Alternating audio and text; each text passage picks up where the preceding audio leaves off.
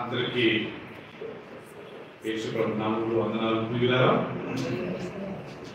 తిరిగి ప్రభు మనకి ఇచ్చిన ఈ చక్కటి అవకాశాన్ని బట్టి కదా సిస్టర్ దేవుని పోయినసారి మనం నేర్చుకున్నట్టుగా ఎక్కడ ఇద్దరు ముగ్గురు నా నామంలో కూడింటారు ప్రభు అంటాడు కదండి. ఎక్కడ ఇద్దరు లేకుంటే ముగ్గురు నా నామంలో కూడింటారు. మినిమం 2 మాక్సిమం 3 ఆయన సన్నిధి ఉంటుంది కదా ప్రియులారా. ఒకసారి యెషయా గ్రంథం 66వ అధ్యాయం తీసుకుంటాం.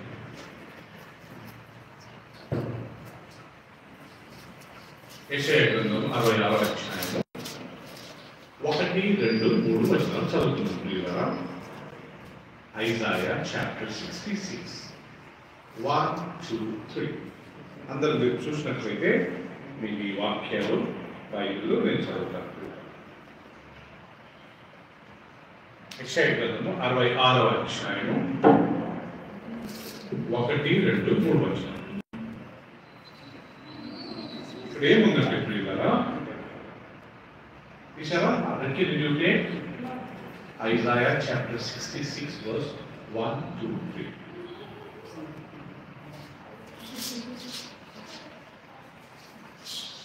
చదువుతారా రవీంద్ర గారు?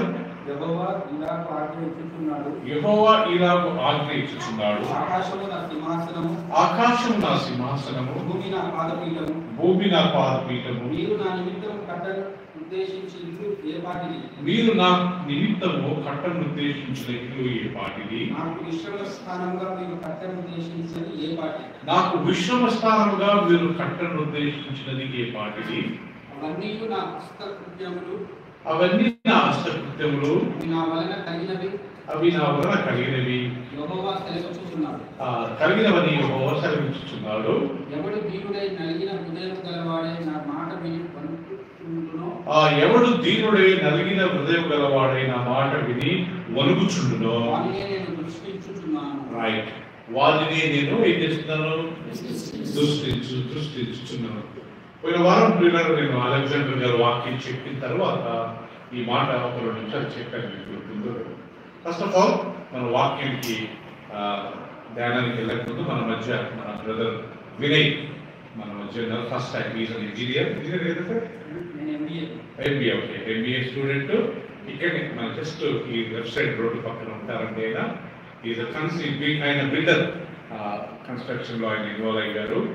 ఆయన నన్ను మొన్న అక్కడ షాప్ చూసి మీరు పాస్టర్ కదా, మీ వాక్యాలు మేము విన్నాం, వీటిలో ఉంటారు కదా, I join Thursday Bible study అని ఆయన ఈరోజు రావడం చాలా సంతోషం. Welcome Vinay and God bless you brother. మాకు ఎవ్రీ థర్స్డే 7:30 to 9 వరకు మేము 7 to 8:30 వరకు 7:30 to 8 వరకు అక్కడ ఉంటాయి. 8 to 9 వరకు బైబిల్ స్టడీ, ఒక గంట వరకు మేము దేవుని వాక్యాన్ని ధ్యానిస్తాం. So you're always welcome brother. 1 hour కాబట్టి దగ్గర ఉన్నాం కాబట్టి రావడం వల్ల మనం ఆత్మీయంగా ఎదుగుతాం. సో ప్రియులారా, ఈ వాక్యాన్ని కొద్దిసేపు మనం ధ్యానించుకుందాం. యెహోవా ఇలాగూ సెలవిస్తున్నాడు. ఏమని సెలవిస్తున్నాడంటే సునీత గారు, ఆకాశం నా సింహాసనము, ఈ భూమి నా పాద పీఠము. ఎందుకు ఈ మాట అన్నాడంటే ప్రియులారా, సొలొమోను, దావీదు కుమారుడైన సొలొమోను దేవునికి ఒక పెద్ద మందిరం కట్టించాడు. ఎంత పెద్ద మందిరం అంటే ప్రియులారా, దాని గుమ్మాలు బంగారంతో బంగారు పూలతో కట్టించాడంట ప్రియులారా. ఆ మందిరం కట్టేదానికి దేవదారు వృక్షం అంటే ఈ రోజుల్లో రోజు ఉండనుకోండి, టీక్ ఉండనుకోండి, బర్మా ఉండనుకోండి, ఆ రోజుల్లో దేవదారు వృక్షం అంటే చాలా చాలా ఫేమస్. అండ్ ఎన్నో వేల మంది పని మనుషులు సృష్టి వాళ్ళు ఆ మందిరాన్ని కట్టడానికి. దానికి మంచి స్టోన్, దానికి మంచి రాయి, 2వ రాజుల గ్రంథంలో రాయబడిన ఆ మందిరం చాలా గొప్ప వైభవంతో దేవుడు సొలొమోను ద్వారా కట్టించాడు. ఎందుకు కట్టించాడంటే ప్రియులారా, ఒకరోజు ఈ యొక్క దేవుని మందసం అంటే ఒక పెట్టే మాదిరి, ఒక బాక్స్ మాదిరి ఉంటుంది, దానికి 2 ఇవి రాడ్స్ ఉంటాయి, పల్లకి మాదిరి దాన్ని పోసుకొని పోతారు. ఆ మందసం పెట్టెలో ఏముంటుంది అంటే ప్రియులారా, tablets of 2 tablets of 10 commandment, 10 ఆజ్ఞలు, 2 పలకలు, మన్నా, ఓకే, అహరోను చీరిన అహరోను కోలు. సో ఇవన్నీ ఉంటాయి ప్రియులారా. అది ఆ పెట్టె ఎక్కడ ఉంటుందో అక్కడ దేవుని సన్నిధి ఉంటుంది. వాళ్ళు ఎక్కడికి మోసుకొని వెళ్ళినా అది దేవుని సన్నిధి వాళ్ళు తీసుకెళ్ళినట్టు. సో ఒకరోజు దావీదు ఏమనుకున్నాడంటే, నేను పెద్ద ప్యాలెస్లో, నేను యొక్క పెద్ద పెద్ద గృహాలలో ఉంటున్నాను, కానీ దేవుని యొక్క మందసం పెట్టా అక్కడెక్కడ తిప్పుతున్నారు కదా, నేను దేవుడి కొరకు ఒక మందిరం కడతానని ఆయన తన మనసులో అనుకున్నాడు. ఎవరితో చెప్పలేదండి, కానీ దేవుడు హృదయాలు ఎరిగిన వాడు కాబట్టి, దావీదు నువ్వు యుద్ధం చేసి నువ్వు చాలా మందిని చంపావు, నీ చేతులు రక్తంతో నిండినాయి, నువ్వు మందిరాన్ని కట్టడానికి సాధ్యం లేదు, నీ కుమారుడు సొలొమోను నేను అనుగ్రహిస్తాను, అవకాశం ఇస్తాను, ఆయన కడతాడు అని దావీదుతో దేవుడు అంటాడు. తర్వాత ఈ సొలొమోను పెద్దవాడైన తర్వాత దేవుడు ఆయనకు ఒక బ్లూ ప్రింట్ అంతా ఇచ్చి ఎలా కన్స్ట్రక్ట్ చేయాలో, దాని హైట్ ఎంత, దాని వెయిట్ ఎంత, దాని యొక్క విడ్త్ ఎంత, ఇవన్నీ చెప్పి దానికి ఇన్ని గుమ్మాలు ఉండాలా, ఎంత లోతు తోవాలా, ఓకే, దానికి ఇన్ని రూమ్స్ ఉండాలా, అతి పరిశుద్ధ స్థలము, దాని తర్వాత పరిశుద్ధ స్థలము, దాని తర్వాత ఆవరణము, అందుకంటే అక్కడ వచ్చే శాంపుల్ ఉందండి, అది ప్రత్యక్ష గుడారము. సో దానివల్లే దాని పెద్ద మందిరం కట్టించాడంట ప్రియుగా. ఈ మందిరం కట్టించిన తర్వాత సునీత గారు ప్రభు ఏమంటున్నాడంటే, ఓ సొలొమోను, ఆకాశం నా సింహాసనము, ఆ భూమి నా, మీరు నా కొరకు ఏ విధంగా కట్టింటే ఈ మందిరంలో ఉంటాను నేను, ఈ మందిరంలో ఉంటానా నేను, నా కొరకు మీరు కట్టమని సూచనలు ఏ పాటది కదా అంశ, అవన్నీ నా హస్తకృత్యాలు కాదా, ఇవన్నీ బిల్డింగ్స్, ఈ సిమెంట్ వేసినవన్నీ నా చేతి పనులు కావా, నేను నివసించేది దాంట్లోనా, మందిరాల్లో ఉంటానా నేను అని చెప్పి దేవుడు అంటాడు, ఆకాశం నా సింహాసనం అయ్యా, భూమి నా పాదపీఠమయ్యా.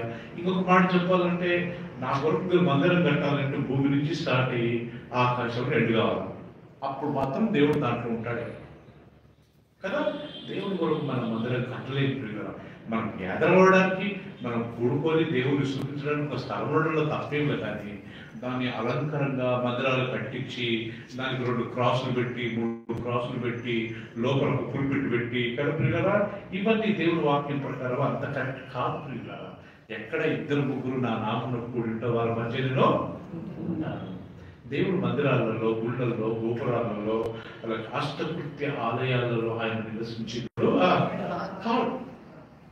మీకు తెలుసో లేదు, ఆ మందిరం కట్టిన తర్వాత, సొలొమోను మందిరం కట్టిన తర్వాత ఈ ప్రజలు ఎవరు, ఇశ్రాయేలు జనాంగం విని ఏం చేసేవారంట, ఇష్టం వచ్చిన పాపం చేసేవారంట కదా, పిచ్చి పాపాలు చేసేవారు, వ్యభిచారం చేసేవారు, విగ్రహాలు చేసేవారు, అన్ని రకమైన మోసాలు చేసేవారు. కానీ శుక్రవారం, శనివారం నాడు మందిరానికి వచ్చి, మందిరం చాలా పరిశుద్ధమైనట్టుగా ఆ మందిరాన్ని చూసి మొక్కడము, ఆ మందిరాలు గోడలు పట్టుకుని నమస్కారం చేయడము, ఆ మందిరం బయట నుంచి నమస్కారం చేయడం. సో వాళ్ళు దేవుడికి లోపడకుండా దేవుడి సేవకులకు తిరుగుబాటు చేసి ఆ కట్టడపు, ఆ కన్స్ట్రక్షన్ కి, ఆ యొక్క బిల్డింగ్ కి వాళ్ళు ఇంపార్టెన్స్ ఇవ్వడం ప్రారంభించారు ప్రతాప్. దేవుడు అది గమనించింది. నేను మిమ్మల్ని నా వాక్యానికి లోబడి నా వాక్యం ప్రకారం జీవించండి రా బాబు అంటే, మీరు నాకు తిరుగుబాటు చేసి నా సేవకులను గౌరవించకుండా మీరు మందిరానికి ఇంపార్టెన్స్ ఇస్తారని చెప్పి దేవుడు కోపపడి ఆ మందిరాన్ని పడగొట్టాడు. ఎవరి ద్వారా పడగొట్టించాడు? నెబుకద్నెజరు అనే ఒక రాజును పంపించాడు. ఎక్కడికి? బాబిలోను దేశాన్ని, యెరూషలేము. ఎవరి రాజు? ఈయన పక్కనే ఇరాక్ లో ఉంటుంది. బాబులోను అంటే ఇరాక్ అండి, పర్షియా అంటే ఇరాక్, పక్క పక్కన ఉంటాయి. ఇజ్రాయెల్ దేశానికి పక్కనే ఉంటాయి. ఇటువైపు ఈజిప్ట్ ఉంటుంది, ఇటువైపు సిరియా ఉంటుంది, ఇటువైపు జోర్డన్ ఉంటుంది, కొద్దిగా ముందుకెళ్తే ఇరాక్ ఉంటుంది, ఇటువైపు ఇరాన్ ఉంటుంది, ఇటు సౌదీ అరేబియా ఉంటుంది. మొత్తం ముస్లిం కంట్రీస్, మొత్తం ఇజ్రాయెల్ దేశం చూస్తే ఇంతే ఉంటుందండి. సో దేవుడు ఏం చేశాడంటే, నెబుకద్నెజరు అనే ఒక రాజును ఆ దేశం నుండి, ఆ యెరూషలేముకి పంపించాడు. ఎప్పుడు? సొలొమోను మందిరం కట్టిన కొన్ని సంవత్సరాల తర్వాత. ఏం చేశాడు ఆ రాజు వచ్చి? దానియేలు గ్రంథం మొదటి అధ్యాయం.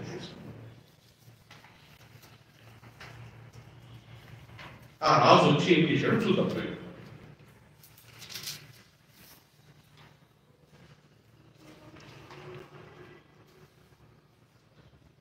దానియేలు గ్రంథము మొదటి అధ్యాయము మొదటి వచ్చిన ఒకసారి చూసుకున్నట్లయితే, యూదా రాజుకు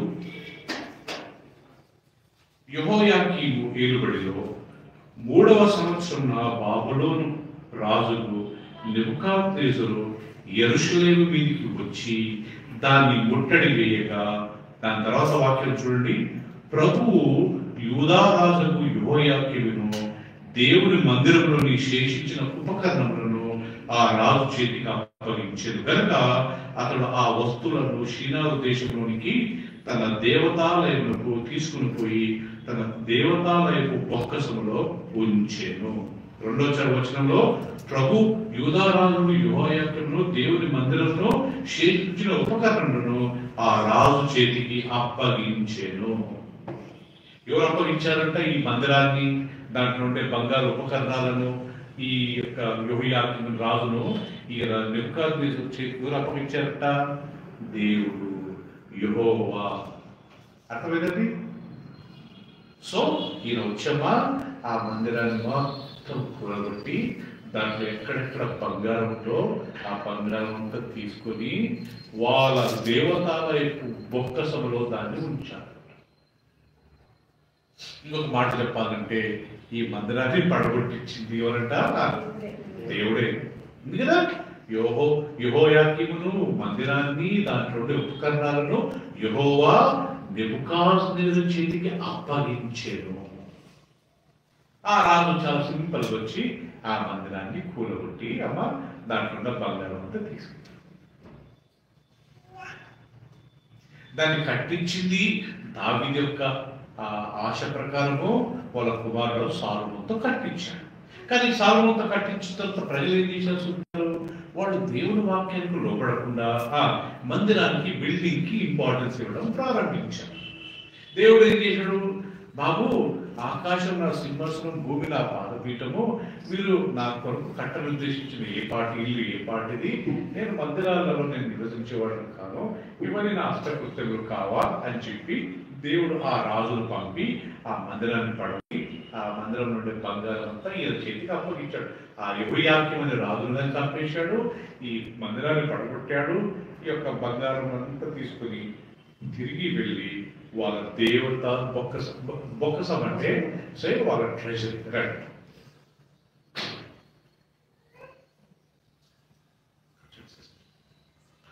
సుప్రీలరా వాళ్ళ దేవత బొక్కసంలో అంటే ట్రెజరీలో ఈ రాజు పెట్టాడు. తర్వాత ఏం జరిగింది ప్రియులరా సిస్టర్? జరిగింది ఏమైందంటే తర్వాత నెహెమ్యా, ఎజ్రా అని ఇద్దరు దేవుని సేవకులు వీళ్ళు దేవుని దగ్గర పాపాలు ఒప్పుకున్నారు. ప్రభువా, మా పితరులు, మా మమ్మీ, డాడీ, మా పితరులు, మా పెద్దలు చేసిన తప్పులు క్షమించండి. ఆ నెహెమ్యాలో చదివితే నెహెమ్యా ఉపవాసం చేసిన, ప్రభువా ప్లీజ్ నాయన, మా పితరులు తెలివి లేక, బుద్ధి లేక విగ్రహాలను చేసి నీకు తిరుగుబాటు చేసి ఏమేమో నీ సేవకులు తిట్టారు ప్రభువా, వీఆర్ సారీ ప్రభువా, మమ్మల్ని క్షమించండి ప్రభువా, మా పితరుల పాపం మా వీరికి రానియద్దు ప్రభువా, వాళ్ళు చేసిన శాపాలను తొలగించండి అని వీళ్ళు ప్రార్థన చేశారు సిస్టర్ గారు. అప్పుడు దేవుడు మళ్ళా ఈ మందిరాన్ని నెహెమ్యా, ఎజ్రా వీళ్ళ ఆధ్వర్యంలో, వీళ్ళ నాయకత్వంలో ఈ మందిరాన్ని మళ్ళా రీబిల్డ్ చేశారు. స్థలం అదే, కొన్ని ఇటుకలన్నీ పడిపోయి మళ్ళా ఆ మందిరాన్ని వీళ్ళు మళ్ళా రీకన్స్ట్రక్షన్ చేశారు. తర్వాత ఏం జరిగింది? మళ్ళా వీళ్ళు పాపం చేయడం వల్ల దేవుడు ఇంకొక రాజును పంపించి దాన్ని కూలగొట్టించారు. అంటే దేవుడికి ఏది ఇంపార్టెంట్? మరేమా మందిరం కాదు, మన జీవితాలు చక్కగా ఉండాలి, దేవుడికి లోబడాలా, తిరుగుబాటు చేయకూడదు. లాస్ట్ 3వ శతాబ్దాన్ని హేరోదు మహారాజు కట్టించాడు. హేరోదు రాజు కట్టించినప్పుడు ఎంత ప్రతాపం, ఎన్ని సంవత్సరాలు కట్టించాడంట? యోహాను సువార్త 2వ అధ్యాయం తీసుకుంది. ఎన్ని సంవత్సరాలు కట్టించాడంట? యోహాను సువార్త 2వ అధ్యాయం అండి. యేసు ప్రభు ఆ హేరోదు కట్టిన మందిరంలోకి వెళ్ళాడు. వెళ్ళినప్పుడు ఏం చేశాడు చూద్దాం ప్రియులారా. 2:13 అందరు చూడండి, నేను చదువుతాను. అందరు తీసిన తర్వాత నేను చదువుతాను. యూదుల పస్కా పండగ సమీపింపగా యేసు యెరూషలేముకు వెళ్ళి దేవాలయంలో ఎడ్లను, గొర్రెలను, పావురములను అమ్మువారును, రూకలు మార్చువారును కూర్చుంటుట చూచి త్రాళ్లతో కొరడాలు చేసి గొర్రెలను, ఎడ్లనన్నింటినీ దేవాలయం నుండి తొలివేసి రూకలు మార్చువారి రూకలు చల్లివేసి వారి పళ్ళలో పడద్రోసి పావురములు అమ్మువారితో వీటిని ఇక్కడ నుండి తీసుకుని పొండి నా తండ్రి ఇల్లు వ్యాపారపు ఇల్లుగా చేయకూడని చెప్పాను. ఆయన శిష్యులు నీ ఇంటిని కూర్చిన ఆసక్తి నన్ను భక్షించునని వ్రాయబడినట్టుగా జ్ఞాపకం చేసుకున్నది. కాబట్టి యూదులు ఈ కార్యములు చేయుచున్నావే, ఏ సూచక క్రియలు మాకు చూపెదవని ఆయన అడగగా, యేసు ఈ దేవాలయం పడగొట్టుడి, 3 దినములలో దాన్ని లేపుదని వారితో చెప్పాను. యూదులు ఏమన్నారు? ఈ దేవాలయము 46 సంవత్సరములు కట్టిరే, నీవు 3 దినములలో దాన్ని లేపుదువా అనేది. అయితే ఆయన తన శరీరమును దేవాలయం గురించి ఈ మాట చెప్పాను. ఆయన మృతులలో నుండి లేచిన తర్వాత ఆయన ఈ మాట చెప్పానని ఆయన శిష్యులు జ్ఞాపకం చేసుకుని లేఖనమును యేసు చెప్పిన మాటను నమ్మిరి. సో ప్రియులారా, ఇది ఒక మంది. ఇప్పుడు యేసు ప్రభు ఉన్నప్పుడు యెరూషలేములో ఒక మందిరం ఉండేది. ఇది ఎవరు కట్టించారు? హేరోదు రాజు. ఎన్ని సంవత్సరాలు కట్టిందంట? 46 సంవత్సరాలు కట్టించాడంటండి. 46 యేసు ఆ మందిరంలో పావురాలు అమ్మేవారిని, మేకలు అమ్మేవారిని, గొర్రెలు నమ్మేవారిని తరుముకుంటాడంటే దేవుడి మందిరంలో వ్యాపారం చేయడం పెట్టారు బాబు. నా తండ్రి మందిరం ప్రార్థన గురించి కదా ఇది కట్టింది. మీరు వచ్చిన వ్యాపారం చేస్తారేంటి? రూకలు మార్చడం బట్టి, ఫర్ ఎగ్జాంపుల్ అమెరికన్ డాలర్స్ మనకి ఇక్కడ చల్లవు కాబట్టి మనం అమెరికన్ డాలర్స్ ఇక్కడ నుంచి ఇండియా రూపీస్ ను మార్చుకుని ఆ రూపీస్ మనం వాడుకుంటాం. బట్ట ఆ రోజుల్లో రోమా దేశస్తులు పరిపాలించేవారు యెరూషలేము. వాళ్ళ డబ్బును వీళ్ళు యూదుల పైసలుగా మార్చి ఆ యూదా పైసలు మాత్రం నడిచే ప్రియుల. ఆ రకంగా రూకలు మార్చేవాళ్ళు, డాలర్ ఎక్స్చేంజ్ అంటారు ప్రియుల. సో ఈ యొక్క మేకలను, ఆవులను, పావురాలు అయిపోయి వాళ్ళంతా మందిరంలో కూర్చున్నారంట ప్రియుల. ఇంకొక స్థలంలో రాయబడ్డది, యేసు ప్రభు అంటాడు, నా తండ్రి మందిరాన్ని మీరు వ్యాపార స్థలంగా మార్చారే. మార్కు సువార్తలు అంటాడు, నా తండ్రి మందిరం దొంగలు గుహ చేశారు. ఫస్ట్ వ్యాపారంగా మారింది, చిన్నగా వ్యాపారం చేసుకుంటూ ఎలా మారిందంట? దొంగల దేవుని మందిరం దొంగల గుహ మారింది. అందుకే అయినంత వరకు దేవుని మందిరంలో వ్యాపారం చేయకూడదు. మనం అలవాళ్ళకి వచ్చి 20 సంవత్సరాలు అవుతుంది. నాకు అప్పుడప్పుడు కొంతమంది ఫోన్ చేసి, బ్రదర్ మా బుక్ షాప్ ఉంది, మీ చర్చ్ మేము వచ్చి పెట్టుకోవచ్చా? పెట్టలేదు. అది కారణం ఏంటంటే మందిరం లోపల, మందిరం కాంపౌండ్ లోపల వ్యాపారం చేసుకోవాలి. అది బైబిల్సే కావచ్చు, ఏది కావచ్చు. మేము ఏదైనా షాప్కి వెళ్ళచ్చు, కానీ మందిరం లోపలికి వచ్చి వ్యాపారం చేసుకుని దాంతో లాభం పొంది అవి దేవుడికి అంత ఇష్టం ఉండదు. నా మందిరం ప్రార్థన, ఇక్కడికి వచ్చి ప్రార్థన రావాలి, ఇక్కడ వచ్చి వ్యాపారం చేసి చర్చలు వచ్చి డ్యాన్సులు వేయడం ఏంటి కదా? వచ్చి డ్యాన్సులు వేయడం, డ్రామాలు వేయడము లేవా? వేరే స్థలాలు మందిరమే కావాలా? వ్యాపారం చేయడానికి వేరే స్థలాలు లేవా? మందిరమే కావాలా? ఏ మనుష్య పాపం అండి దేవుడు. అది దేవుడు ఎక్కడైతే కూడతారో ఆడ ఉంటాడు కాబట్టి ఆ మందిరం. సో ఇప్పుడు వాళ్ళు అంటారు, మరి ఏ అధికారంతో నువ్వు ఇది చేస్తున్నావు అంటే యేసు ప్రభు అంటాడు, ఈ మందిరాన్ని పడగొట్టండి, నేను 3 దినాలలో తిరిగి లేపుతాను అంటాడు. వీళ్ళు యూదులందరికీ ఒక షాకింగ్. అదే 40 సంవత్సరాల నుంచి మేము కట్టిన ఈ మందిరము ఈయన 3 రోజులు లేపుతాడా? కానీ యేసుక్రీస్తు దేని గురించి మాట్లాడుతున్నాడు? తన శరీరం అనే మందిరం, నన్ను చంపండి, నేను 3 రోజులు లేస్తానని అర్థం అక్కడ. మీకు తెలుసు లేదు? అదే యోహాను సువార్త 2వ అధ్యాయంలో ఆ పెళ్లిలో, ఆ వివాహంలో ద్రాక్షరసం అయిపోతుంది. యేసుక్రీస్తు తల్లి వచ్చి యేసు ప్రభు ఏమంటుంది తెలుసా? అయ్యా ద్రాక్షరసం అయిపోయినప్పుడు ఆయన అంటాడు, అమ్మా నాతో నీకేమి పని, ఇక్కడ సమయము, ఇక్కడ ద్రాక్షరసం అయిపోయిందంటే నాకేం పని, నా సమయం రాలేదంటాడు. ఏంటంటే యాక్చువల్గా ద్రాక్షరసము యేసు ప్రభు రక్తంతో పోల్చారు. అంటే నేను చనిపోయి నా రక్తాన్ని చిందించే సమయం ఇంకా రాలేదు. అది ఇక్కడ డబల్ మీనింగ్. కానీ దాని ఆత్మీయుల మాత్రమే తెలుస్తుంది ప్రియులారా. సో ఆ రకంగా ఇక్కడ యేసు ప్రభువు ఈ మందిరాన్ని పడగొట్టండి, నన్ను చంపండి, నేను 3 రోజుల్లో లేస్తాను. ఆయన మృతుల్లో నుంచి లేచిన తర్వాత అప్పుడు శిష్యులకు అర్థమైందంటే, ఓహో ఆ రోజు ఆయన మందిరంలో చెప్పిన మాట ఇదా. మన దేహాన్ని బైబిల్లో రాయబడింది ఆలయంతో పోల్చారు కదా. కొరింథీయులకు రాసిన పత్రిక, మొదటి పత్రిక 3:16 తీసుకుందామా ప్రియులారా? మన దేహాన్ని దేనితో పోల్చాడు దేవుని వాక్యంలో? ఇక్కడ యేసు ప్రభు గారి అదే మాటను మన జ్ఞాపకం చేస్తున్నాడు. 3:16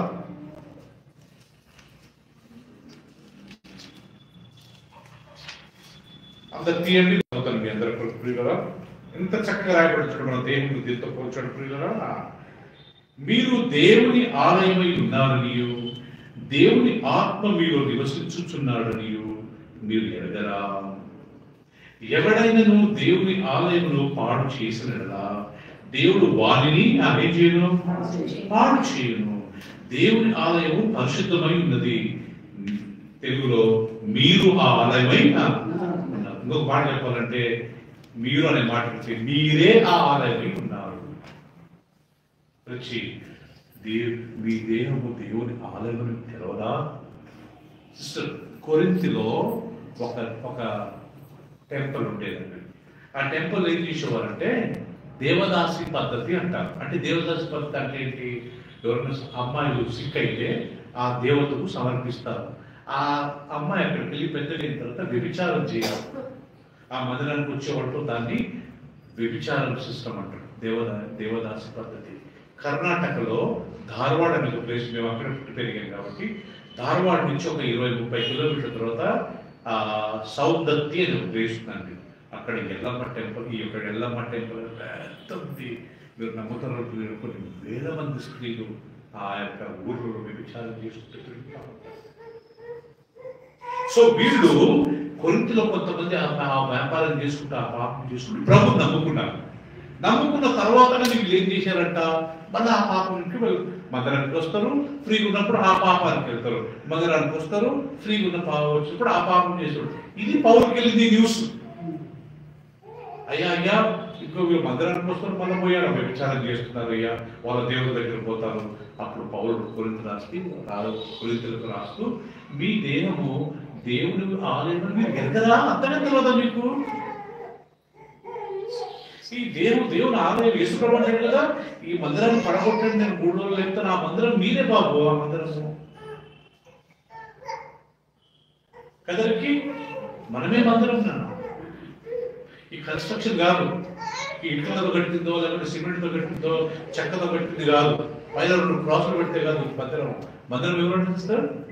మనమే.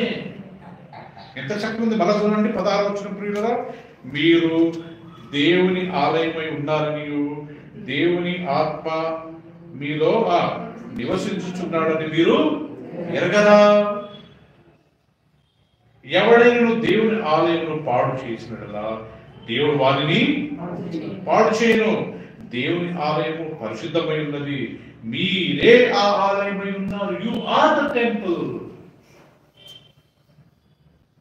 ఇంకొక వాక్యం 6:19, ఒక పేజీ తిప్పండి.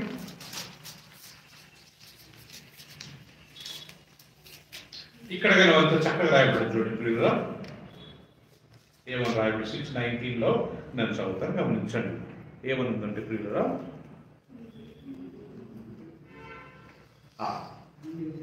మీ దేహము, మళ్ళా చూడండి మన దేహం, మీ దేహం దేవుని వలన మీకు అనుగ్రహింపబడిన మీలోనున్న పరిశుద్ధాత్మకు ఏమైనది, ఆలయమై ఉన్నదని మళ్ళా మీరు ఎరగరా.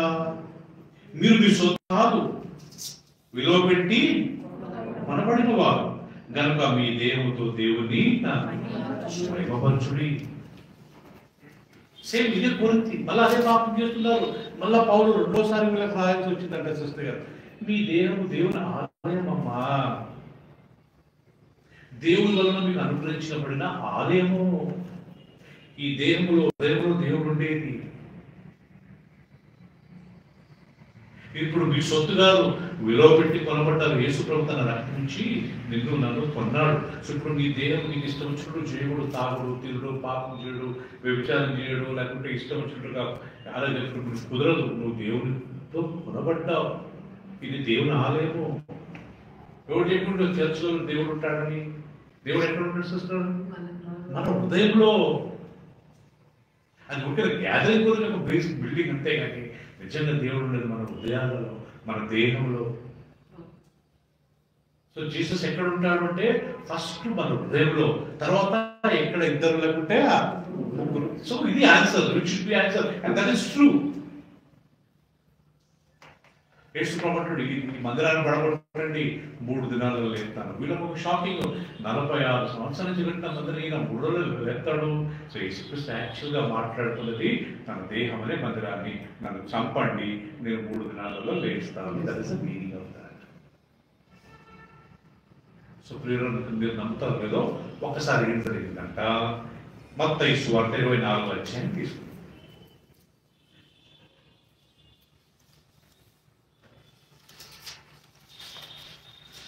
మన యూట్యూబ్లో, ఫేస్బుక్లో చాలా మందికి వెళ్తారు కాబట్టి I want all our Christian families విన్నప్పుడు కదా, బిల్డింగ్స్ కాదు మనం ఇవ్వాల్సిన ఇంపార్టెన్స్ ఇక్కడ చూసుకుంటాం. 24 మొదటి నుంచి యేసు దేవాలయం నుండి, అదే దేవాలయం నుండి పావురాలను వెళ్ళగొట్టాడు కదా, అదే దేవాలయం నుండి బయలుదేరి వెళ్ళొచ్చుటగా ఆయన శిష్యులు ఆ దేవాలయపు కట్టడములను ఆయనకు చూపింపవచ్చింది. ఏమని? ప్రభు ఎంత చక్కగా ఉంది కట్టడాలు, ఎంత బ్యూటిఫుల్గా ఉన్నాయా ఈ గోడలు, ఎంత బ్యూటిఫుల్గా ఉన్నాయా దాని స్తంభాలు అని చూపింపవచ్చినప్పుడు అందుకు ఆయన, మీరు ఇవన్నీ చూస్తున్నారు కదా, రాతి మీద రాయి ఒకటైనను ఇక్కడ నిలిచి ఉండకుండా పడద్రోయబడనని మీతో నిశ్చయముగా చెప్పుచున్నానని వారితో అనేను. రవీంద్ర గారు, యేసుక్రీస్తు అక్కడ కూర్చున్నప్పుడు 12 మంది శిష్యులు వచ్చి, ప్రభా ఈ సాల్వను కట్టిన మందిరము ఎంత బ్యూటిఫుల్, ప్రభా గోడ చూడండి, ప్రభా ఆ పిల్లర్ చూడండి, ప్రభా ఆ ఎలివేషన్ చూడండి, అయ్యా ఆ ఫ్రంట్ భాగం చూడండి, ఎంత బ్యూటిఫుల్గా ఉందని ఆ కట్టడాల గురించి గొప్పగా యేసు ప్రభువు చెప్తున్నారంట వీళ్ళు. ఆయన దేవుని కుమారుడే కదా, తెలుసు కదా. ఆయన అన్నాడంట, బాబు మీరు ఈ కట్టడాలు చూస్తున్నారు కదా, ఈ మందిరం చూస్తున్నారు కదా, ఒక రోజు వస్తుంది రాయి మీద రాయి ఉండకుండా పడద్రోయబడుతుంది. ఈ శిష్యులకు షాక్ అయిపోయింది, ఎంత బ్యూటిఫుల్ మందిరాన్ని రాతి మీద రాయి ఉండకుండా పడగొట్టడం ఏంటి ప్రభు అని అనుకుని ఉండొచ్చు. అనలేదులేండి ఆయనతో, వాళ్ళ మనసులో అనుకుని ఉండొచ్చు, ఏంటి ప్రభు ఇంత మాట్లాడుతున్నావు, మందిరాన్ని పడగొట్టడం ఏంటి అని వాళ్ళ హృదయంలో డౌట్ వచ్చి ఉండొచ్చు. ఒక రోజు ఏం జరిగిందంటే, యేసుక్రీస్తు పిలాతు దగ్గరికి వచ్చారు. పిలాతు ఈజ్ రోమన్, ఆయన యూదుడు కాదు. నేను ఇంతకు చెప్పినట్టు బ్రిటిష్ వాళ్ళు మన దేశాన్ని పరిపాలించినట్టు రోమా దేశస్తులు ఇజ్రాయెల్ దేశాన్ని, ఆ మిడిల్ ఈస్ట్ అందరినీ ఎన్నో 1500 సంవత్సరాలు పరిపాలించారు. 1500 years. అప్పుడు వీళ్ళకు శతాధిపతి రోమన్స్, పిలాతు రోమన్. సో యేసు ప్రభువు చివరికి ఆయన దగ్గరికి తెచ్చారు తీర్పు తీర్చడానికి. అప్పుడు ఈ యొక్క పిలాతుకు ఈయన ఏం తప్పు చేశాడు, నేను ఎందుకు ఈయన చంపించాలా అని ఆయన మనసు. రెండోది ఆయన భార్య అంటది, బాబు నాకు నిన్న ఈయన గురించి ఒక దర్శనం వచ్చింది, ఆయన నీతిమంతుడు, ఆయన జోలికి వెళ్ళొద్దని భర్త పిలాతుకు చెప్తుంది. ఈమె భార్య. ఆ పిలాతు కనుక భయపడ్డట్టున్నాడు, బాబు ఈయన రక్తం మీద నాకు ఏ అపరాధం లేదని చెప్పి 2 చేతులు నీళ్ళతో కడుక్కుంటాడు. నాకు ఈయన మీద ఏ అపరాధం లేదు బాబు, ఈయన పాపం మీద ఈయన మరణం మీద నాకు ఏ అధికారం లేదు, నాకు ఏ దోషం లేదు, నేను చేతులు కడుతున్నా. I feel is a nice man, is a very good man, is a righteous man. నీతిమంతుడు. ఇలా భార్య చెప్తుంది పొద్దున్నే, బాబు నాకు రాత్రి ఒక దర్శనం వచ్చింది, ఈయన జోలికి వెళ్ళొద్దు, మన కుటుంబాలు నాశనం అయిపోతాయి. ఓకే అంటే ఆయన లేచి పొద్దున్నే అందరూ తీర్పు రోజు చేతులు కడుక్కొని, ఈయన రక్తం మీద నాకు ఏ అపరాధం లేదు అన్నప్పుడు ప్రజలందరూ ఏమంటారంట, మరి సరేలే ఆయన రక్తము మా మీదనో మా పిల్లల మీదనో ఉండునుగాక అని ఆ శాపాన్ని వాళ్ళే ఆహ్వానించుకుంటారు. They invite that curse. ఏమిటి ఏమైంది తెలుసా, వాళ్ళు ఎప్పుడైతే ఆ యొక్క శాపాన్ని ఆహ్వానించారో, కరెక్ట్ యేసు ప్రభు చనిపోయి 70 సంవత్సరాలకు 70 ADలో టైటస్ అనే ఒక చక్రవర్తి సృష్టి గారు రోమా దేశానికి వచ్చి ఆ యెరూషలేముకి వచ్చి ఆ యెరూషలేమును అంతా ముట్టడించి ఆ మందిరాన్ని పడగొట్టి కొన్ని లక్షల మందిని చంపించాడంటండి. ఆ రోజు ఆ మందిరాన్ని పడగొట్టక ముందు, నేను ఎక్కడ ఒక హిస్టరీలో చదివాను, ఆ మందిరాన్ని పడగొట్టక ముందు ఈ చక్రవర్తితో, ఈ టైటస్ అనే చక్రవర్తితో వచ్చిన సైనికులకు ఎవరో చెప్పారంట, ఏమని, ఆ మందిరం యొక్క రాళ్ళ ఆ యొక్క పునాదుల్లో బంగారం ఉందని. వీళ్ళు ఏం చేశారు, ఆ బంగారం గురించి పునాది వరకు తవ్వారు. బైబిల్కి యేసు ప్రభు ఏమన్నాడు? రాతి మీద రాయి ఉండదు. కరెక్ట్ నెరవేర్చబడ్డది కదా. భలే మొత్తం లేపేశారు. లాస్ట్ రాయి వరకు ఆ ఫౌండేషన్ స్టోన్ నుంచి మొత్తం వీళ్ళైతే ఆశ బంగారం దొరుకుతుంది. యాక్చువల్గా బంగారం మీద ఏం లేదా? యేసు ప్రభు చెప్పిన మాట నెరవేర్చబడాలి కదా. ఇప్పుడు ప్రియులారా ఆ ప్లేస్ లో మందిరం లేదు. నన్ను ఒకసారి అడిగితే ఆ ప్లేస్ లో మందిరం లేదు. ఇప్పుడు ఏం జరిగింది? శక్తి ఇత్తన ఇప్పుడు ఏమైందంటే ప్రియులారా ఆ ప్లేస్ లో ఇప్పుడు ఇది యెరూషలేం అండి. ఆ ప్లేస్ లో ముస్లిమ్స్ ఇప్పుడు ఒక మాస్క్ కట్టున్నారు, డూమ్ ఆఫ్ రాక్. కరెక్ట్, ఇదంతా సాల్మోన్ కట్టిన మందిరం ప్లేస్ అండి ఇది. కానీ యూదులు దేవునికి విరుద్ధంగా పాపం చేసి బిల్డింగ్ ఇంపార్టెన్స్, అబద్ధాలు, గర్వము, పొగరుపోతనం, అహంకారము, నోరు తెరిస్తే గర్వపు మాటలు ఇవన్నీ పెట్టుకుని మందిరానికి ఇంపార్టెన్స్ ఇవ్వండి. ఏం లాభం? ఇప్పుడు యెరూషలేంలో సొలొమోను కట్టిన మందిరం లేదు, హేరోదు కట్టిన మందిరం లేదు. యేసు ప్రభు చెప్పినట్టుగా రాతి మీద రాయి ఉండకుండా ఆ మందిరము పడద్రోయబడ్డది. ఇప్పుడు ఆ ప్లేస్ లో ముస్లింస్ కట్టుకున్నారు. దేవుని వాక్యం ప్రకారము ఈ మాస్క్ యొక్క ఈ మస్జిద్ మళ్ళా కూలబట్టి అదే ప్లేస్ లో మళ్ళా మందిరం కట్టాలా. అప్పుడు యేసు ప్రభు రెండో రాకడ వస్తుంది. మొదటి దశలోనికి రాసిన పత్రికలు ఆ మాట. So what I'm trying to tell అంటే ప్రియులారా దాని గురించి ఇప్పుడు ఓకే దాని గురించి ఇప్పుడు ముస్లిమ్స్ కి యూదులకు ప్రియులారా ఎప్పుడు చూసినా దాని పర్లేదు మళ్ళా పట్టలేదు. సో ముస్లిమ్స్ కి యూదులకు ఇప్పటికి రోజు కూడా మెయిన్ ఆ యొక్క ప్లేస్ గురించి ఇది మా సొలొమోన్ది, వీళ్ళంటారు కాదు ఇది మాది. చూసారా 8 సంవత్సరాల నుంచి గొడవ జరుగుతున్నాయి. ఇప్పుడు ఆ ప్లేస్ లో మందిరం లేదు. ముస్లిమ్స్ వచ్చి ఆక్యుపై చేసుకున్నారు కదా. ప్రతాప్, మందిరం లేదని దేవుడు లేడా? మందిరం ఉంటేనే దేవుడు ఉంటాడా? సరే, మందిరం కట్టక ముందు దేవుడు లేకుండా ఆదాం కాలంలో, నోవా కాలంలో, అబ్రహాం కాలంలో, యాకోబు కాలంలో, ఇస్సాకు కాలంలో, మోషే కాలంలో, యెహోషువ కాలంలో, న్యాయాధిపతుల కాలంలో, శామ్యూయల్ కాలంలో, దావీదు కాలంలో, సొలొమోను కాలంలో మందిరం లేకుండే. అప్పుడు దానికన్నా ముందు మందిరం లేకముందు దేవుడు లేడా? ఇప్పుడు మందిరం పడగొట్టారు, దేవుడు లేడా? అంశం అంటే మందిరం మాత్రం ఉంటాడా? అందుకంటే బాబు ఆకాశం నా సింహాసనం బాబు, నేను ఆడ కూర్చుంటే నా కాళ్ళు కిందికి వస్తాయి. మీరు ఏ మందిరం కట్టిస్తారు నా కొరకు? నా కొరకు మీరు కట్టను ఉద్దేశించి ఏ పార్టీకి? నేను వాటిలో నివసిస్తానా? నేను దాంట్లో నివసిస్తానా? అది నా విషయంలో స్థానమా? కీర్తన 139:3 ఏమంటాడంటే, ప్రభువా నీ ఆత్మను తప్పించుకుని నేను ఎక్కడికి వెళ్ళగలుగుతాను ప్రభువా? నేను ఆకాశం పిల్లను అక్కడ ఉన్నావు, నేను పాతాళం పిల్లను అక్కడ ఉన్నావు. చూడండి 139:3. దేవుడు లేని స్థలం ఎక్కడండి చెప్పండి ఒకసారి. అన్ని స్థలాల్లో ఆయన ఉండేవాడు. కొన్ని మందిరం కట్టేసి నువ్వు దీంట్లో నుండి ప్రభు అంటే ఆయన ఉంటాడు. అప్పుడు 139వ అధ్యాయము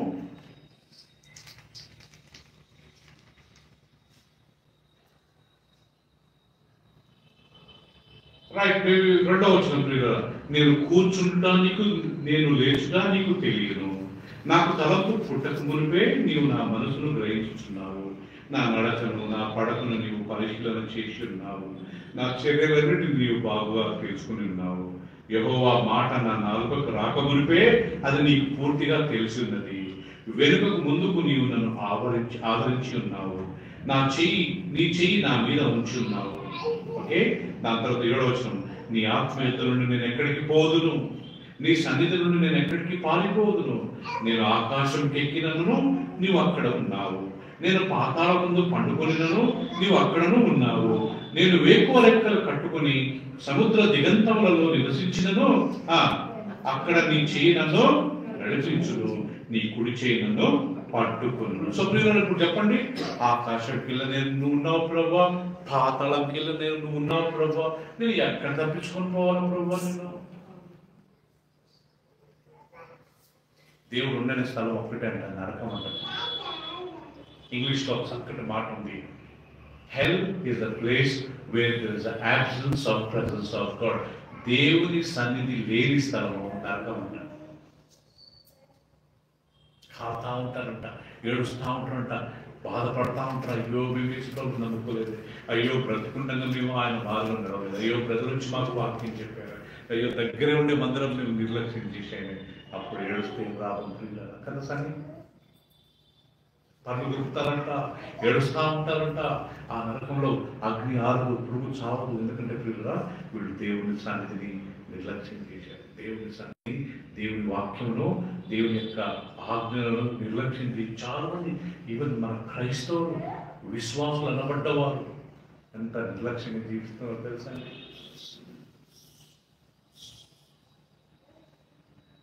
సో మందిరం లేదు, ఆయన దేవుడు ఉన్నాడు. దేవుడు ఎక్కడ ఉన్నాడు? మన హృదయంలో ఉన్నాడు. రెండో దేవుడు ఎక్కడ ఇద్దరు? ముగ్గురు నా నామం మంచిగా ఉన్నాడు. బిల్డింగ్లో అస్సలైనా ఉంటాడు. బిల్డింగ్లో ఉంటాడు ఆయన. చూద్దాం, బిల్డింగ్లో ఉంటాడే చూద్దామండి. అపోస్తల కార్యములు 7:47.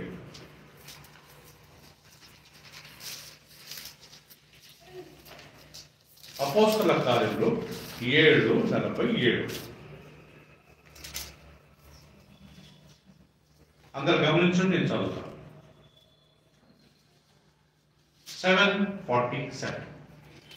అయితే సొలొమోను ఆయన కొరకు మందిరం కట్టించెను. ఆయనను 66వ యెషయాను చదివారు.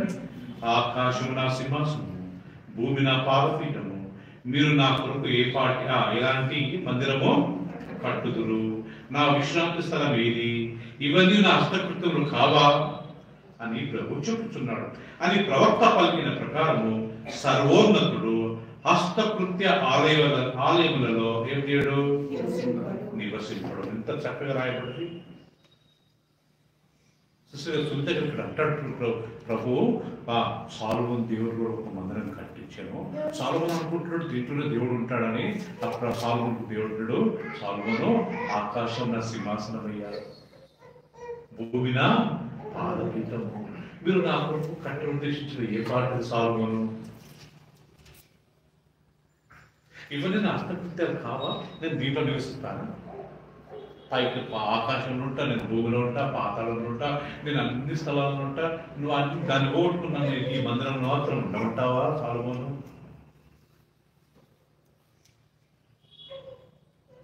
సర్వోన్నతుడు హస్తకృత్య ఆలయాలలో ఎక్కి ఉండడు, నివసింపడు కదా అనుష? ఇప్పుడు మనకు చాలా చర్చెస్ ఉన్నాయి, మీకు తెలుసండి. ఇక్కడ హోలీ ట్రినిటీ చర్చ్ అని పొలారంలో, సికింద్రాబాద్లో వెస్లీ చర్చ్ అని కదా పిల్లలు. ఆల్ఫా హోటల్ దగ్గర ఏంటది? బ్యాప్టిస్ట్ కాదు, ఎస్పీజీ చర్చ్. ఇక్కడ సెయింట్ మేరీస్ చర్చ్. ఒకే పిల్లల అక్కడ సెయింట్ జాన్స్ చర్చ్, 200 years అంటే సెయింట్ జాన్స్ చర్చ్. ఇక్కడ మెదక్లో ఒక చర్చ్ కదా. ఇవన్నీ పెద్ద పెద్ద కట్టడాలు, సామాన్యంగా అందరు వెళ్ళేది. మేము అప్పుడప్పుడు వెళ్తాం బిల్డింగ్ చూడడానికి, అంతేగాని కూడా అక్కడ దేవుడు ఉంటాడని మనం వెళ్ళకూడదు. దేవుడు అడగని ఉంటాడా? మన ఇంట్లో ప్రార్థన చేసుకుంటూ ఉంటాడా? ఎస్, మేము టూర్ గురించి వెళ్ళామండి, ఎక్స్కర్షన్ గురించి వెళ్ళామంటే దేవుడు ఇష్టపడతాడు. కానీ దేవుడు ఆడున్నాడని వెళ్ళామన్నా అని అన్నాం అనుకోండి, రేపు తీర్పు రోజుకి వస్తుంది ఆ మాట. నేను ఆడున్నాను ఎక్కడ చెప్పాను? నేను చెప్పండి, ఈ అధ్యాయంలో చూపండి, నేను అక్కడ ఉంటానని, మందిరంలో ఉంటానని. లేడని నేను చూపిస్తాను. అపోస్తల కార్యం 7:47 ఉండాలని ఎక్కడ చూపిస్తాం మనం? ఆయన ఆలయాలలో నివసించే దేవుడు కానీ కాదు. 17వ అధ్యాయం 23వ వచనం, సేమ్ అపోస్తల కార్యం 17:23 చదువుతాను, గమనించండి పిల్లలు అందరు తీసిన తర్వాత. 17:23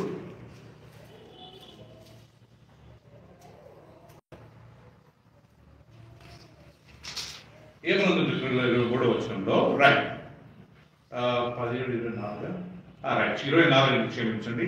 17:24 జగత్తును అందరి సమస్తమును నిర్మించిన దేవుడు తానే ఆకాశమునకును భూమికి ప్రభువై ఉన్నందున అష్టకృత్యములైన ఆలయములలో ఏం చేయడు?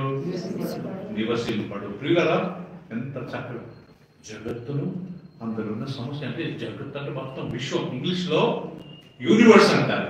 వరల్డ్ అంటే భూమి మీద ఒకే భూమి మీద భూమి. విశ్వం అంటే all planets, sun, moon, star, all the మన కంటికి కనబడేది నవగ్రహాలే. ఇంకా కంటికి కనబడని ఎన్ని గ్రహాలు ఉన్నాయి తెలుసా అండి? ఇవన్నిటి విశ్వము అంటారు. సో ఈ జగత్తును అందులో ఉన్న సమస్తమును సృష్టించిన దేవుడు తానే జగత్తుకి దేవుడైన ప్రభువై ఉన్నందున ఆయన అష్టకృత్య ఆలయాలలో అష్టములతో కట్టిన ఆలయాలలో ఆయన నివసింపడు.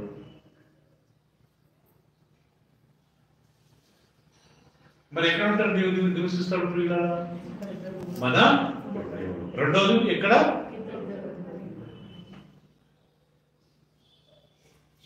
సో కాబట్టి నెక్స్ట్ టైం చాలా మంది ఈరోజు మనం ఆల్మోస్ట్ 20 members మిస్సింగ్ టుడే ఈ బైబిల్ స్టడీకి.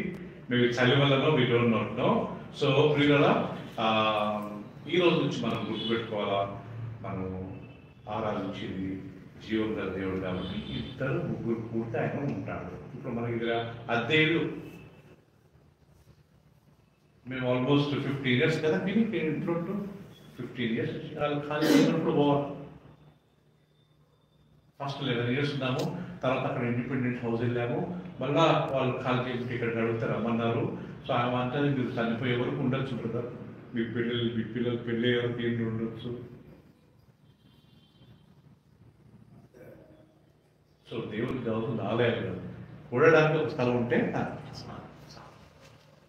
యేసుప్రభు ఒక మాట అంటారు తెలుసా అండి? ఆకాశ పక్షులకు గూడు ఉన్నాయి, నక్కలకు ఒరియలు ఉన్నాయి, మనుష్య కుమారునికి తలదాచుకుంటూ ఇంతైన స్థలము లేదు. యేసుప్రభు ఉన్నప్పుడు ప్రియులుగా ఎక్కడ వెళ్తే కొండ మీద పోయి వాక్యం చెప్పేవాడు కదా ప్రియులుగా. ఓపెన్ ఏరియాలో వాక్యం చెప్పేవాడు, ఒలీవల కొండ మీద వాక్యం చెప్పేవాడు, గెత్సేమనే తోటలో ప్రార్థన చేసుకునేవాడు. ఓకే, ఆయన ఎప్పుడో ఒకసారి మందిరానికి వెళ్ళేవాడు. ఆ మందిరానికి వెళ్ళినప్పుడు కానీ తరుముకునేవాడు అందరినీ, వ్యాపారం చేస్తారని. సో మనం చనిపోయే వరకు చేరికి గుర్తు పెట్టుకోవాలా, ఎక్కడ ఇద్దరు గ్యాదరింగ్స్ దేవుడు ఇంపార్టెన్స్ ఇచ్చింది గ్యాదరింగ్కి, కానీ బిల్డింగ్లకు అసలు. నేను అల్వాల్కి వచ్చిన కొత్తలో 2002లో ప్రియులరా ఇక్కడే సర్దార్జీ ఇంటి దగ్గర ఉండేవాళ్ళము. అప్పుడు 2000 గజం, అప్పుడు కొంతమంది పైసలు సిస్టర్ 2000 గజం అంటే ఎగ్జాంపుల్ చిన్న స్థలం ఉంటే బాగుంటుండే. గట్టిగా అరిస్తే ప్రాబ్లం, కింద వస్తారు ఏంటి గట్టిగా అరుస్తున్నారు. పిల్లలు వాళ్ళ ఫ్యామిలీ ఉంటుంది కదా పిల్లలు, అదే మనకు ఒక ప్లేస్ ఉంటుంది సార్, బాగా ఉండేది. అప్పుడు పైసలు లేవు, ఇప్పుడు ఉందామంటే కోట్లు.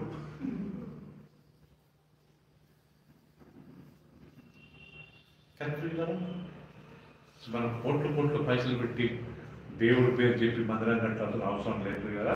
ఒక చిన్న స్థలం ఉంటే కదా మనం గ్యాదర్ అవ్వడం. నేను చాలాసార్లు చెప్పాను ప్రియులారా, సంఘం అనేది క్రీస్తు గారికి శిరస్సు. Jesus is the head of the church, not pastor, not bishop, not senior pastor, Pope అసలు కాదు. ఎవరంట సంఘానికి శిరస్సు? కొన్నిసార్లు నేర్చుకున్నాం కదా. తన స్వరక్తాచి కొన్న సంఘము ఉంది బైబిల్లో. అపోస్తలుల కార్యం 20:28 చూడండి. సంఘం ఎవరిదో, ఎవరు కొన్నారు, ఎవరు కట్టారు కదా. 20వ అధ్యాయం 28వ వచనం.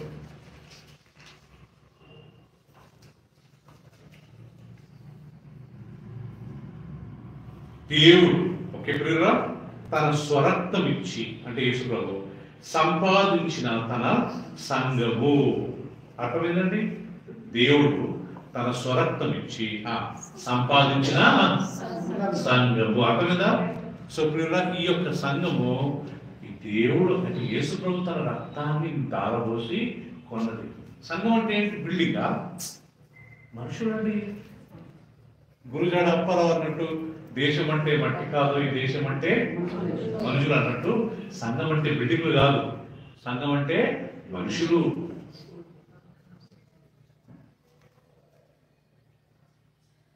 సంఘం అంటే ఏంటంట? మనుషులు. ఒక రకంగా మనం ప్రియులుగా ఒక సంఘాన్ని నడుపుతున్నప్పుడు ఒకే ఆ పాస్టరు నిజంగా ఆత్మీయం ఉన్నట్లయితే నెక్స్ట్ ఆయన చనిపోక ముందు మంచి నాయకులను తయారు చేస్తాడు కదా. మనము ఆయన చనిపోయిన వేరే నాయకులు నడపాలి, వాళ్ళ కొడుకులను కాదు, వేరే నాయకులను. ఇప్పుడు మన చర్చస్లో ఏమవుతుంది, ఆయన ముసలోడుతున్నా వాళ్ళ కొడుకు వాడు తాగిపోతాయి ఉన్నా, దొంగతనం చేస్తున్నా, రక్షణ లేకుండా వాళ్ళు తెచ్చి నిలబెడతారు. ఎందుకంటే ఈ ప్రాపర్టీ నెక్స్ట్ ఎవడికి పోగొడతారు. ఇది తెలుసండి, ఈ పెద్ద పెద్ద పాస్టర్లు చూడండి, వాళ్ళ కొడుకులు సరిగ్గా ఏం లేకుండా, ఆత్మీయంగా లేకుండా వాళ్ళని తెచ్చిపెడతారు నెక్స్ట్. ఎందుకంటే ఈ ప్రాపర్టీ ఎవరికి పోనీ. ఇప్పుడు మా బాబు సాన్ని ఉన్నాడు, మా ప్రిన్స్ ఉన్నది, వీళ్ళు మొదటి నుంచి ప్రేయర్ చేసుకుంటూ బయట, కానీ వీళ్ళకి సేవ మీద పెద్ద ఇంట్రెస్ట్ లేదు. సన్ని నేను చదువుకుంటాడు, ఓకే బెట్టా మా ప్రిన్స్ నేను కానీ చదువుకుంటాను, వండర్ఫుల్. మరి చర్చ్ ఎవరు నెక్స్ట్? నేను చనిపోయిన తర్వాత ఎక్కి తీసుకోవచ్చు. ఆమె ఎవరు ఈరోజు నేను అలెగ్జాండర్ మాట్లాడుతున్నాను, బ్రదర్ మనం బతుకున్నప్పుడు ఎవరన్నా మంచి వాక్యం ప్రేమించి ఏ అలవాటు లేనోడు పిచ్చిగా ఈ లోకంలో ఫ్రెండ్షిప్ లీడ్షిప్ అనేది లేకుండా ఎప్పుడు వాక్యం ప్రార్థన వాళ్ళని ప్రిపేర్ చేద్దామంటే అలెగ్జాండర్ ఈయన పేరు చెప్పి నేరుగా ఈయన పేరు చెప్పాను. ఆయన పేరే మా బాబు కాదు, ఆసక్తి ఉన్నోడు కొడుకు తెలిసి ఆ కొడుకు సరిగ్గా సాగమోను కొడుకు పెద్ద జూలైలో వాడివాడు, పెద్ద ఘోరమైన వ్యక్తి. ఆయన తెచ్చి చేశారు రాదు. ఆయన ఏం చేశాడంటే యూదులను ఒకే ఇశ్రాయేలులను వేరువేరు చేశాడు. ఈరోజు రోసెస్ గారు మీకు తెలుసో లేదో, కొంతమంది పాస్టర్లు I don't want to tell their names అండి, ఎంత పెద్ద కన్స్ట్రక్షన్స్ తెలుసుకోవాలి, 3 సర్వీసులు 4 సర్వీసులు వాళ్ళ ఆఫరింగ్ ఇచ్చడానికి మిషన్లు, వాళ్ళకి వచ్చే పైసలు మిషన్. నెక్స్ట్ ఎవరన్నా ఉన్నారా ఆయన తర్వాత వాక్యం చెప్పేటోళ్ళు? వాళ్ళ కొడుకే కదా, ఆయనకి ఏం తెలియదు.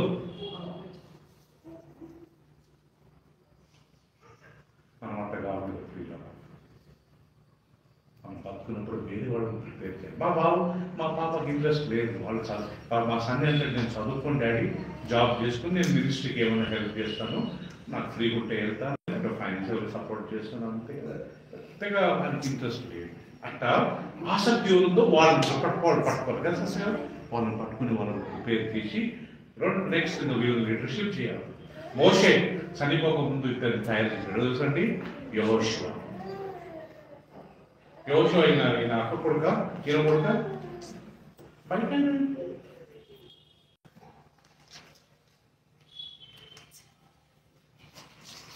సారకంగా ప్రియులరా, మందిరం అంటే కట్టడ కాదు, మందిరం అంటే ఏంటమ్మా? మనుషులు కదా. బాప్తిసం తీసుకొని దేవుడి వాక్యం ప్రకారం ప్రభురాత్రులలో పాలు పొందుకుంటూ పాపం జోలికి వెళ్లకుండా అయినంత వరకు అందరితో సమాధానంగా ప్రేమగా ఉంటూ వాక్యాన్ని ఆసక్తిగా మనం చెవికి దానికి లోబడుతూ మనం ఇతరులను ప్రభువులకు నడిపిస్తే అది నిజమైన సంఘం అండి. సంఘం అంటే అందరు చర్చిలలో డ్యాన్స్ వేసుకుంటారు, మన చర్చిలో డ్యాన్స్ వేస్తారు, కానీ అంత ఘోరంగా కొన్ని చర్చిస్తారు. ఈ డిసెంబర్ సీజన్ వస్తుంది, అన్ని చర్చిలో ఫుల్ డ్యాన్స్. మరి పెద్ద పెద్దలు బాధ అనిపిస్తుంది, చాలా బాధ అనిపిస్తుంది. మన అలవాళ్ళ 20 సంవత్సరాలు ఇచ్చున్నాము, ఈ రోజు వరకు అలాంటి మనం ఏం చెయ్యం కానీ రెండో రాత్రి వచ్చే వరకు. అందుకే చాలా మందికి మన టీచింగ్స్ అంటే చాలా ఇష్టపడతారు, కొంతమంది మనల్ని మరి ద్వేషిస్తారు. అరే మీ చర్చిలో అది చేయరు, క్రిస్మస్ చేయరు, క్రిస్మస్ చెట్టు పెట్టరు, అది పెట్టరు. ఎక్కడుంది ఏ అధ్యాయం గురించి చెప్పండి, చెట్టు గురించి చెప్పండి, ఏ అధ్యాయం ఉంది ప్రతాప్? క్రిస్మస్ చెట్టు ఏ అధ్యాయం చెప్పబాబు ఏదో ఉన్నట్టుంది. మన క్రిస్టియన్స్ కూడా చేస్తారు కదా, ఎంత ఘోరం కదా. ఒక హిందువు నన్ను అడుగుతున్నారు, సార్ మీరు విగ్రహాలు చేయొద్దు బాగా చెప్తారే, మరి మీరేంటి సార్ చెట్లు పెట్టుకుని ఏం చేస్తారు మీరు చెట్టును? నా ముఖం లేదమ్మా ఆయనతో మాట్లాడడానికి, ఏం చెప్పాలని ఇప్పుడు? ఏదైనా అధ్యాయం ఉంటే చూపించా, ఈ అధ్యాయం ఇదిగోండి చెట్టు పెట్టుకుని లైట్ వేయండి ఉందంటే చూపించవచ్చు. లేకపోతే ఏం చెప్పాలి నేను వాళ్ళకి?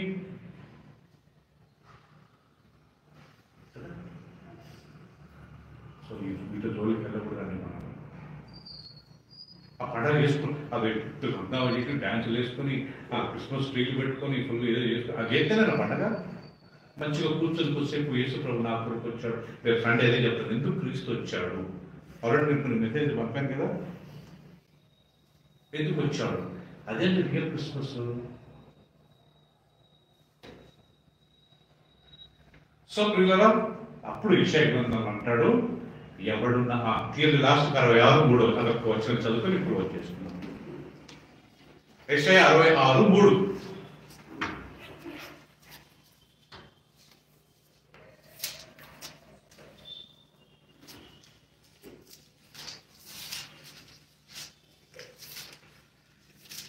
ఏమనుంది ప్రియుల 3వ వచనంలో?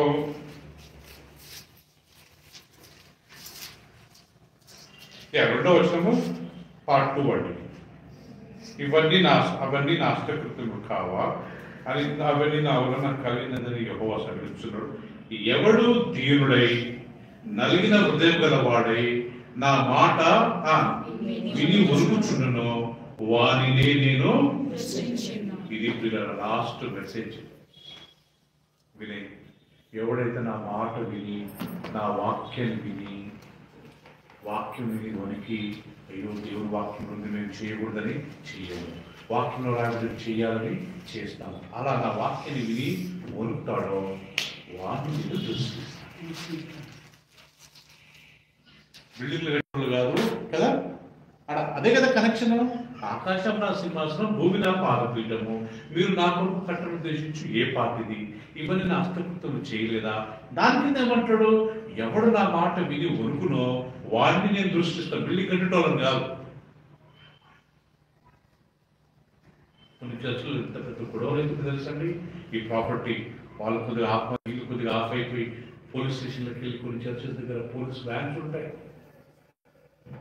ఒక ఆయన నాకు చెప్తున్నాడు, ప్రతి వారం మా చర్చ కొద్ది పోలీసులు ఎందుకు పడుతుందండి, 50 మంది పోలీసులు ఉంటారు. అది విన్నప్పుడు బాగా అనిపిస్తుంది. ఇవన్నీ చిన్న చిన్న చర్చస్లో రావాలండి, పెద్ద పెద్ద చర్చస్లో అవుతుంటాయి. బాగా. సో ప్రియులారా, ఎవరైతే దేవుని వాక్యం విని దానికి వనికి ఆయన వాక్యానికి లోబడి దానికి ఇంపార్టెన్స్ ఇస్తారో వారిని దేవుడు చూస్తారు. ఆయన ప్రింకి, ఆయన వినయ్, ఆయన అనుష, ఆయన శ్రీలత వాక్యం అంటే ప్రారంభించకు. వాక్యం అంటే ఎంత భక్తితో ఉంటారో, మందిరానికి వచ్చినప్పుడు భయపడుకుని వస్తారు. ఈరోజు లేటెస్ట్ ఎవరు బైబిల్ పట్టుకొని రాస్తారా? మొబైల్ ఫోన్ వచ్చి చూసుకుంటుంటారు. కనీసం మందిరానికి వచ్చినప్పుడు ధరించి బైబిల్ తీసుకురావాలన్నా ప్రతి ఒక్కరు బైబిల్ తెచ్చుకొని తెరిచి మనం చదువుకోవాలి. మొబైల్ ఫోన్స్ ఎప్పుడు చూసుకోవచ్చు, బైబిల్ ఫ్రీ ఉన్నప్పుడు, మనం ఖాళీ ఉన్నప్పుడు, లేదా బస్ స్టాప్లో చూసినప్పుడు, క్యాబ్లో వెళ్తున్నప్పుడు, ఆ టైంలో బైబిల్లో మొబైల్లో చూసుకో. అప్పుడు ఇంకొక బైబిల్ పట్టుకోలేము కాబట్టి. మందిరానికి వచ్చేటప్పుడు మనం ఫ్రీగా అవన్నీ తీసుకోకుండా ఓకే అండ్ మొబైల్ ఫోన్ రావడం మంచిది. దేవుడు ఇచ్చిన వాక్యం తీర్చుకుంటాం. ఆమేన్. వచ్చే గురువారం కానీ we will learn one more lesson. అందరం కళ్ళు ఉంచుకున్నట్లయితే ప్రియుల కళ్ళు మూసుకొని ప్రార్థన చేస్తుంది. ఒక 2 నిమిషాలు అందరం కళ్ళు మూసుకుని ఈరోజు మనం ఉన్న వాక్యాన్ని ఒక్కసారి నెమరు వేసుకుందాం. మా ప్రియులారా, ఆయన మందిరాలకు ఇంపార్టెన్స్ ఇచ్చే దేవుడు కాడండి. మన దేవుడు ఎంత గొప్పవాడు కదా. ఆలయాలలో నివసించే దేవుడు అస్సలు కాదంట. ఇవన్నీ నా హస్తకృత్యాలండి అంటాడు దేవుడు. ఎవరు నా మాట విని ఒరుకునో వారిని దృష్టిస్తాను.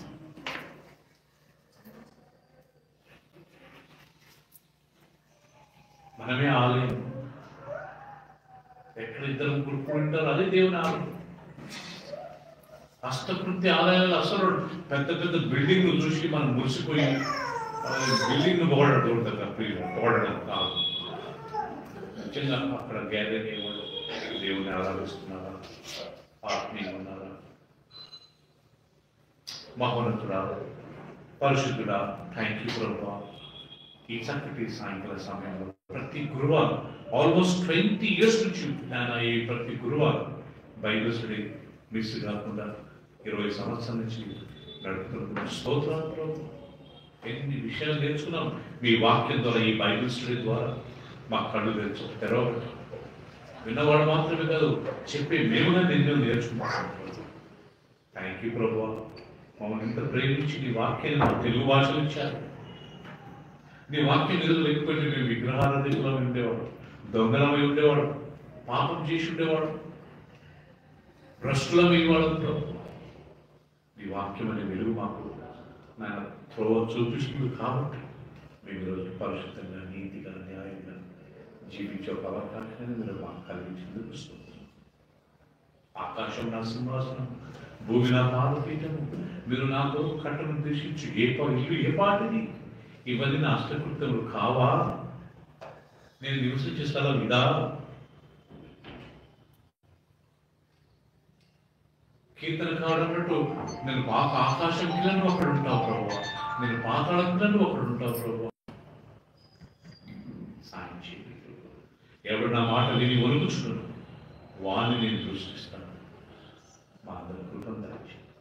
ఇంతవరకు మీ వాక్యం ద్వారా మాతో మాట్లాడేందుకు స్తోత్రాలు.